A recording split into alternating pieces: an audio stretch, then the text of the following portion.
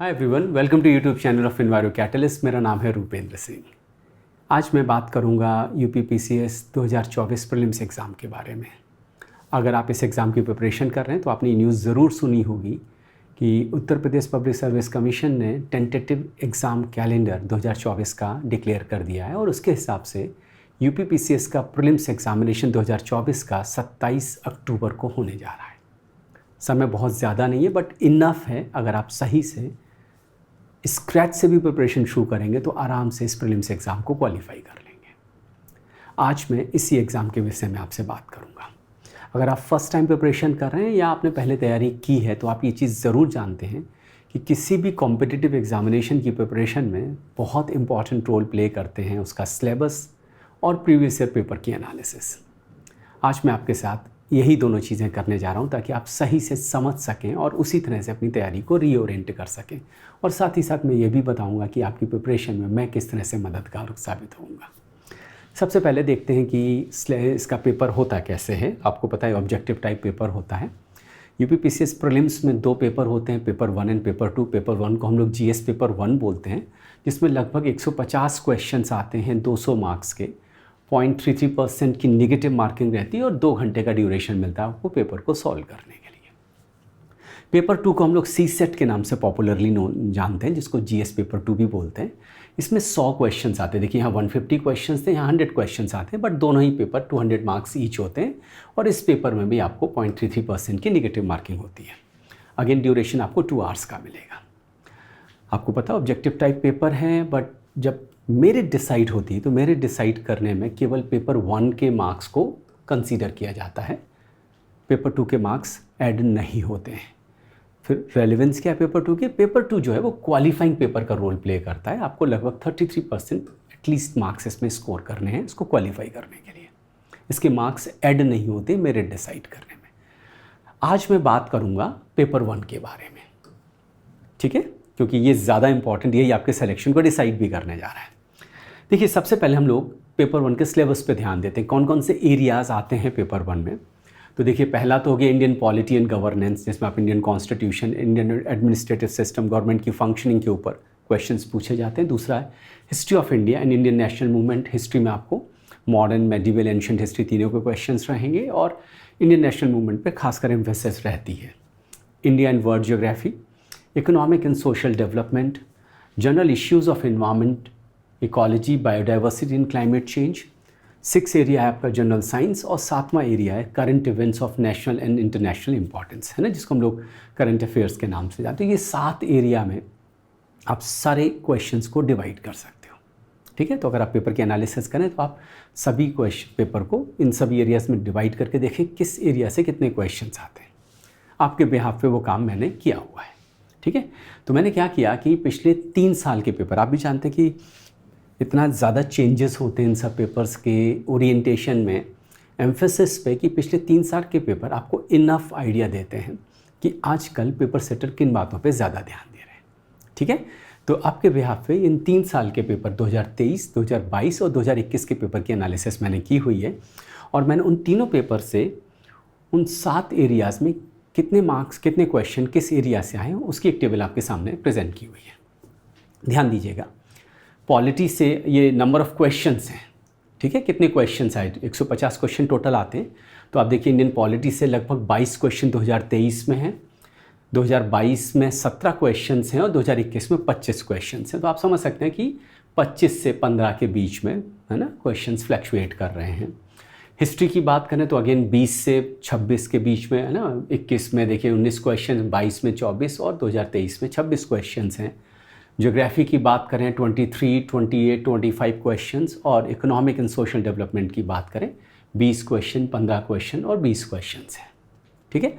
उसके बाद अगर इकोलॉजी एनवायरनमेंट की बात करें तो 19 क्वेश्चन 2023 में आए, 22 में 21 क्वेश्चन थे और 2021 में 10 क्वेश्चन थे। जनरल साइंस की बात करें 15 क्वेश्चन, 17 क्वेश्चन, 31 क्वेश्चन थे लगभग 2021 में। काफ़ी क्वेश्चन थे साइंस से। करंट इवेंट्स के भी 25, 28, 20 क्वेश्चन के आसपास रहते हैं। अगर आप इन टॉपिक्स पे ध्यान दें, आप किसी भी प्रिपरेशन करने वाले से पूछें कि भाई पॉलिटी के लिए कौन सी बुक पढ़नी, तो हर आदमी आपको आइडिया दे देगा। है ना, कि भाई एनसीईआरटी की बुक्स पढ़ लीजिए, लक्ष्मीकांत जी की बुक पढ़ लीजिए। There are some well known authors जिनकी बुक्स अवेलेबल हैं। ऐसे हिस्ट्री में भी आपको ढेर सारे लोग राय देने वाले मिल जाएंगे, ज्योग्राफी में भी बता देंगे, इकोनॉमिक्स में भी लोग बता देंगे कि आप कहाँ से इसकी प्रिपरेशन करें। तो ये 4 areas like polity, history, geography, economic and social development ऐसे हैं जिसमें आपको अच्छा खासा स्टडी मटेरियल मिल जाता है और आपको बहुत ज़्यादा स्ट्रगल नहीं करना पड़ता है। बस आपकी मेहनत करने के ऊपर है, आप कितना उनको पढ़ के, उन बुक्स को पढ़ के इम्बाइब कर पा रहे हैं, वो डिसाइड करता है कि आप कैसा एग्ज़ाम में परफॉर्म करेंगे। बट कुछ एरियाज़ ऐसे हैं लाइक इकोलॉजी एंड एनवायरनमेंट, कोई एक पर्टिकुलर बुक नहीं है। जनरल साइंस, कोई एक बुक पे आप पिन पॉइंट नहीं कर सकते कि इस बुक को पढ़ लो तो जनरल साइंस आपका तैयार हो जाएगा। और ऑब्वियसली करंट इवेंट्स के लिए तो कभी भी कोई भी हामी नहीं भर सकता, कभी कोई नहीं कह सकता नहीं मेरा 100% तैयार है। और इसीलिए कंसिस्टेंट एफर्ट की ज़रूरत होती है। ठीक है, आज मैंने बोला था मैं आपको वो भी बताऊंगा कि मैं किस तरह से आपकी मदद करूंगा। तो आप जानते हैं कि मैं एक रिनाउंड ऑथर हूँ, एजुकेटर हूँ इन्वायरमेंटल साइंस और लाइफ साइंसेस का। मैंने बुक्स लिखी हूँ थ्रू आउट इंडिया, मेरी बुक्स को अप्रिशिएट किया जाता है और इन एरियाज़ में मेरी एक्सपर्टाइज भी है। तो आने वाले समय में इन्वायरो कैटलिस्ट के यूट्यूब चैनल पे आपको इन टॉपिक्स पे रेगुलर लाइव सेशंस और वीडियोस मिलने जा रहे हैं।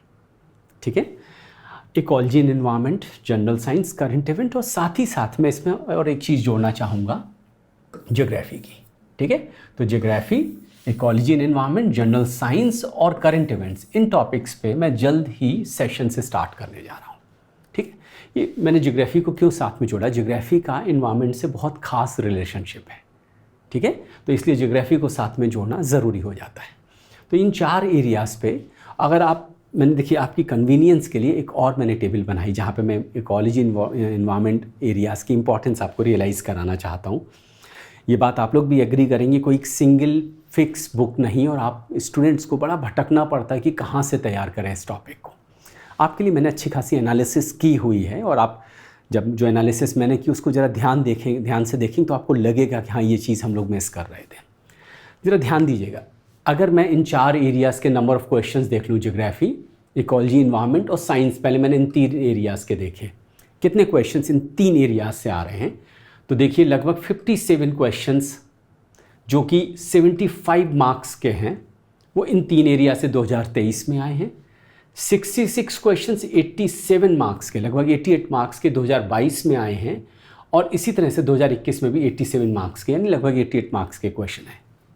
अगर इसमें मैं करंट अफेयर्स भी ऐड कर दूं तो लगभग आप देखिए 82 क्वेश्चंस 2023 में, 94 क्वेश्चन 2022 में और 2021 में 86 क्वेश्चंस, जो कि 109 नंबर, लगभग 110 नंबर, 125 नंबर और 114 नंबर कंट्रीब्यूट कर रहे हैं 2023, 22 और 21 के एग्ज़ाम्स में रिस्पेक्टिवली। बहुत खास न्यूज़ है आपके लिए, ध्यान दीजिए इस चीज़ पे, क्योंकि अगर आप कट ऑफ पे ध्यान दें, ज़रा कट ऑफ पे ध्यान दीजिए। 2023 का कट ऑफ देखिए, अनरिजर्व कैटेगरी का 125 मार्क्स का था। ठीक है, ओबीसीज का 128 मार्क्स था और ईडब्ल्यूएस कैटेगरी का 129 मार्क्स का। आप जस्ट इमेजिन करिए 125 मार्क्स का कट ऑफ गया और 110 नंबर के आसपास का सिर्फ आपका ज्योग्राफी, इकोलॉजी, साइंस और करंट अफेयर्स था। वो एरियाज़ जिनके लिए आपको स्ट्रगल करना पड़ता है, जिनके लिए कोई आप बुक पिन पॉइंट नहीं कर सकते, यार यहाँ से पढ़ लेंगे तो मेरा तैयार हो जाएगा। बात समझ रहे हैं?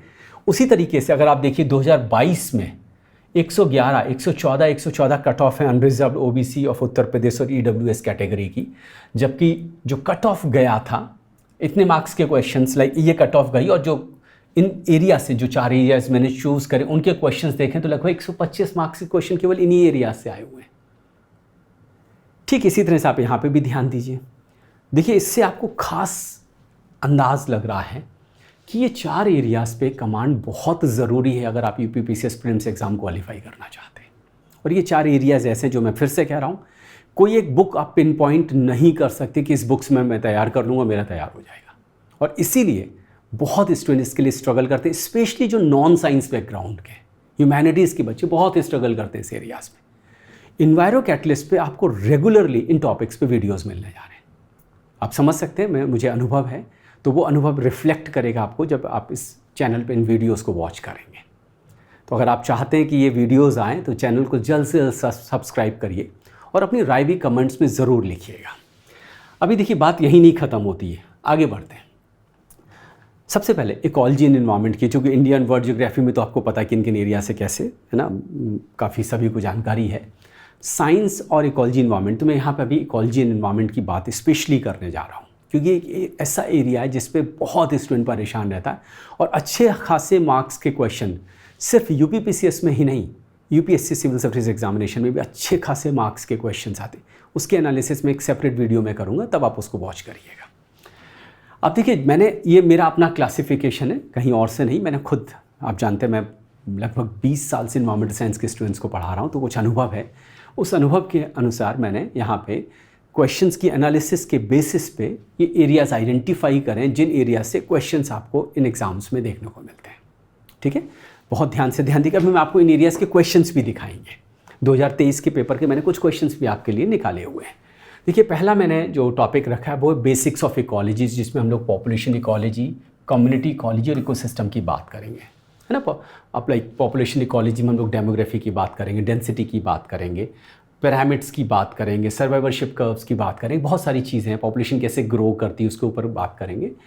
कम्युनिटी इकोलॉजी में पॉपुलेशन इंटरैक्शंस की बात आ जाती है, लाइक और इकोसिस्टम्स में हम लोग डिफरेंट टाइप्स ऑफ इकोसिस्टम्स की बात करेंगे। ठीक है, दूसरा जो टॉपिक मैंने रखा है, जो मैंने नाम दिया, उसको दिया बायोडायवर्सिटी एंड इट्स कंजर्वेशन, जिसमें हम लोग प्रोटेक्टेड एरियाज़ को भी शामिल करेंगे। आपको पता है बहुत सारे question national parks, biosphere reserves, wetland sites, Ramsar sites, इन सब पे बहुत सारे क्वेश्चंस आते हैं। बायोडायवर्सिटी क्या होती है, कितने लाइक अल्फा डाइवर्सिटी क्या है, बीटा डाइवर्सिटी क्या है, एक्स सिटू कंजर्वेशन क्या, इन सिटू कंजर्वेशन क्या, बहुत सारे एरियाज़ हैं जो इस टॉपिक के अंदर शामिल हो जाएंगे। तीसरा एरिया जो मैंने आइडेंटिफाई किया है वो इन्वायरमेंटल लॉज एंड कन्वेंशंस है।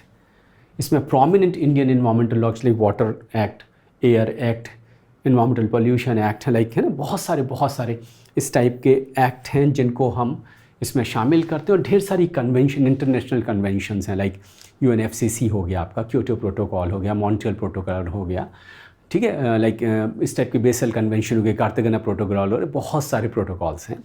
तो इन पे इसको आप इस एरिया में डिवाइड कर सकते हैं। नेक्स्ट, इन्वायरमेंटल पोल्यूशन और कंट्रोल, पोल्यूशन के तरीके, है ना, ढेर सारे तरीके, लाइक एयर पोल्यूशन हो गया, वाटर पोल्यूशन हो गया आपका, noise pollution, radio active pollution, marine pollution, different types of pollution, और उनको कैसे कंट्रोल किया जाता है वो इस एरिया के अंदर आएगा। उसके बाद एनर्जी देखिए ज्योग्राफी में भी आती है, बट एनर्जी का इन्वायरमेंट से ज़्यादा अच्छा खासा रिलेशनशिप है, तो मैंने एनर्जी को यहाँ पे शामिल किया, जहाँ जिसमें रिन्यूएबल और नॉन रिन्यूएबल एनर्जी रिसोर्सेज दोनों तरीके के आ जाएंगे। उनके ऊपर टेक्नोलॉजी से रिलेटेड जो क्वेश्चन है या करंट इवेंट से रिलेटेड क्वेश्चन, वो सब यहीं पर मैं शामिल करूँगा। तो different type of energy sources क्या होते हैं, कैसे हार्नेस किया जाता है, क्या नई उनमें रिसर्च हो रही है, वो सब मैं आपको बताऊँगा इस टॉपिक के अंदर। और लास्ट टॉपिक है basics of environmental science, sustainable development and global climate change. आपने देखा है लाइक ओजोन केमिस्ट्री के ऊपर, ओजोन होल कैसे हुआ, है ना, ग्लोबल क्लाइमेट चेंज, उसके ऊपर जो उसकी केमिस्ट्री जो साइंस है उस पर क्वेश्चंस, अच्छे खासे क्वेश्चंस आते हैं। और इसी तरह से और भी ढेर सारे टॉपिक्स जो बेसिक्स ऑफ एनवायरमेंटल साइंस के अंदर शामिल हो जाएंगे। इसी ट्रेन के ऊपर क्वेश्चन आ गया, ठीक है। ओजोन का फॉर्मेशन कहाँ पे होता है, किस लेयर में होता है, कैसे होता है, यूवीसी का क्या कॉन्ट्रीब्यूशन है, कौन सी यूवी रेज ओजोन फॉर्मेशन में मदद करती हैं, किनको वो प्रिवेंट करता है, बहुत सारी ऐसी चीज़ें हैं जो हम लोग बेसिक्स ऑफ एनवायरमेंटल साइंस में पढ़ेंगे। मैंने बोला आपको ये मेरी एक्सपर्टाइज है, तो मैं यहाँ से ही शुरू करने वाला हूँ। और रेगुलरली करंट इवेंट्स के लेक्चर्स होंगे, साइंस पे लेक्चर्स होंगे, ज्योग्राफी पे लेक्चर्स होंगे। तो देखिए ये एरियाज़ हैं जिनमें हम लोग इकोलॉजी एंड एनवायरनमेंट के क्वेश्चंस को डिवाइड कर सकते हैं। मैं आपको दिखाता भी हूँ, लाइक 2023 के क्वेश्चंस को मैंने आपकी हेल्प के लिए यहाँ सामने रखा हुआ है। यूपीपीसीएस 2023 के क्वेश्चंस को देखिए। सबसे पहला टॉपिक मैंने लिया basics of ecology, population ecology, community ecology. अब 2023 में देखिए आए तो टोटल 19 क्वेश्चन से मैंने कुछ क्वेश्चन सिर्फ आपकी कन्वीनियंस के लिए कि आप समझ सकें जो क्लासिफिकेशन मैंने किया वो कितना लॉजिकल है। अगर आप उस क्लासिफिकेशन को फॉलो करें तो अपने आप उसी हिसाब से बुक्स अरेंज करके पढ़ाई कर सकते हैं, बट फिर भी आपको मुश्किल आएगी, तो मैं काफ़ी चीज़ें सिंप्लीफाई करूँगा। तो यहाँ देखिए एग्जाम्पल ऑफ लोटिक इकोसिस्टम, है ना, यही सब मैं पढ़ाने जा रहा हूँ। पहले वाले topic basics of ecology, population ecology, community ecology, ecosystem आ जाएगा। Trophic levels, food chains, food webs, pyramids, energy transfer efficiencies, बहुत अच्छे अच्छे क्वेश्चंस आए हुए हैं, ठीक है, वो इसमें आ जाएगी। देखो ये आ गया पहले टॉपिक के अंदर, ठीक है। ये 2023 के क्वेश्चन है, यूपीपीसीएस प्रीलिम्स 2023 के क्वेश्चन हैं ये। ठीक है, आइए नेक्स्ट देखिए। Biodiversity and its conservation, protected areas like national parks, biosphere reserve sanctuaries. First national centre for marine biodiversity of India is situated in, ठीक है, in national park genetic diversity is maintained by. आ क्या देखिए, ठीक है, 2 questions, इससे ज़्यादा आए हैं, मैंने बोला टोटल 19 क्वेश्चंस हैं, बट मैं यहाँ पे कुछ क्वेश्चंस आपको फॉर एग्जांपल दिखा रहा हूँ कि सिर्फ 2023 के पेपर की एनालिसिस आप कर लें। जो क्लासिफिकेशन मैंने किया वो बहुत यूज़फुल है, वो मेरी टीचिंग को भी इफेक्टिव बनाएगा और आपकी पढ़ने के तरीके को, आपकी ग्रेस्पिंग को इम्प्रूव करेगा, ठीक है। नेक्स्ट देखिए, इन्वायरमेंटल लॉज एंड कन्वेंशन। अब देखिए सीधी सीधा है, what did the water prevention and control of pollution act was enacted, when did the water prevention control of pollution act was enacted, in which of the following. अब किस year में हुआ था बताइए, सिंपल सा क्वेश्चन है, ठीक है। क्योटो प्रोटोकॉल पे क्वेश्चंस आए हुए हैं, यूएनएफसीसी पे क्वेश्चंस, वो सब भी मैं आपको पढ़ाऊंगा, बायोडाइवर्सिटी कंजर्वेशन पे उस पर क्वेश्चंस आए हैं। नेक्स्ट देखिए, environmental pollution in control, which of the following is not a biodegradable polluter, ठीक है। तो देखिए पॉल्यूशन से ऊपर सीधे सीधे आ रहा है। उसके अलावा नेक्स्ट देखिए आप एनर्जी के ऊपर। अब देखिए है ना, कहाँ पे ये आपके, किसको नहीं पता नॉन कन्वेंशनल एनर्जी रिसोर्सेज कौन से होते हैं, रिन्यूएबल नॉन, कौन नहीं जानता। तो ये हम लोग एनर्जी टॉपिक के अंदर कवर करेंगे, ठीक है। तो मैंने बहुत सिस्टमेटिक तरीके से मैंने पेपर्स की एनालिसिस करी और उसके हिसाब से इन एरियाज़ को डिवाइड किया, क्योंकि सबसे पहली चीज़ होती है ना, ये समझना कि तैयारी कैसे शुरू किया। आप हैप्पीजार्ड प्रिपरेशन स्टार्ट नहीं करते हैं, और जो लोग हैप्पीजार्ड स्टार्ट करते हैं फिर वही स्ट्रगल भी करते हैं, ठीक है। उसके अलावा फिर basics of environmental science, sustainable development and global climate change. अब देखिए इससे सीधे सीधे क्वेश्चन आए, natural resource should be used by the present generation in such a way that if there is minimum degradation of natural resource then what kind of development would it be called. आप समझ रहे हैं, कम से कम degradation, self development को क्या बोलेंगे, sustainable development. What was the India's rank in the world green house gas emission. अब green house effect क्या होता है, कौन सी गैसेस कंट्रीब्यूट करती हैं, ग्लोबल वार्मिंग पोटेंशियल क्या होता है, किस गैस का ज़्यादा किस गैस का कम, एल्बिडो क्या होता है ना, ओजोन डिप्लीटिंग सब्सटेंसेस क्या होते हैं, किस सब्सटेंस का ओजोन डिप्लीटिंग पोटेंशियल कितना, ओडीपीज जिनको हम लोग बोलते हैं, वो सारी कॉन्सेप्ट मैं आपको बहुत ही सिंपलिस्टिक वे में आने वाले वीडियोज़ में समझाऊँगा, ठीक है। तो देखिए ये वो एरियाज़ हैं जिनमें आप डिवाइड कर सकते हैं पूरे सिलेबस को, और आपको समझ में आ रहा है कि इस तरह से अगर आप इस एग्ज़ाम की प्रिपरेशन करें तो आप बहुत अच्छे से तैयारी कर सकते हैं, ठीक है। तो जैसा कि मैंने बोला कि हम लोग क्या करेंगे, सबसे पहले जिन एरियाज़ को मैंने कहा मैं फोकस करूँगा, ठीक है। तो सबसे पहले मैं ecology, environment, general science, current events और ज्योग्राफी, इन एरियाज़ के वीडियोज़ लाना शो करूँगा। इस वीडियो को अच्छे से समझने की कोशिश करिए। अगर कोई चीज़ आपको ना समझ हो, मैंने आपके सामने सारे फैक्ट्स दिए हुए हैं, ये सारी इन्फॉर्मेशन आपके पास भी है। ऑब्वियसली क्लासिफिकेशन थोड़ा सब्जेक्टिव हो सकता है, बट बहुत नहीं। अभी जो क्वेश्चंस मैंने आपको दिखाए, आप समझ रहे हैं लॉजिकली जिस हेडिंग के अंदर मैंने उनको रखा वो उसी हेडिंग के अंदर आएंगे, ठीक है। और आप भी एग्री करेंगे, एरियाज़ ऐसे हैं जिन पे कोई स्पेसिफिक बुक अवेलेबल नहीं है, आप कोई एक बुक का नाम नहीं ले सकते। जो है भी मार्केट में, जो इस टाइप की आई वो यूजलेस बुक हैं, मैक्सिमम बच्चा उनको पढ़ने के बाद परेशान ज़्यादा होता है, उसको समझ में काम आता है। तो मैं बहुत ही सिंपल तरीके से इन सभी टॉपिक्स को आपको एक्सप्लेन करने की कोशिश करूँगा। हो सकता आपको इसमें कोई और आपके पास लाइक राय हो देने के लिए, तो मैं चाहूँगा कि आप कमेंट्स में ज़रूर मुझे बताइए आप क्या एक्सपेक्ट करते हैं, क्योंकि 2024 के एग्ज़ाम के लिए मैं पहले भी बोला हूँ, बहुत समय भी है और समय बहुत ज़्यादा भी नहीं है, बट इनफ है कि अगर आप स्क्रैच से भी प्रिपरेशन शुरू करें तो आप आराम से इस प्रीलिम्स एग्ज़ाम को क्वालिफाई कर सकते हैं। मैं मेहनत करने को तैयार हूँ, बस आप अपना राय दीजिए। जो भी आपके पास कोई ओपिनियन हो, कोई एडवाइस हो, ज़रूर दीजिएगा, कमेंट्स में लिखिएगा, मैं ज़रूर उसको शामिल करने की कोशिश करूँगा। Thanks for watching this video. जल्द ही इन वीडियोज़ के साथ आपके साथ आऊँगा। Bye bye.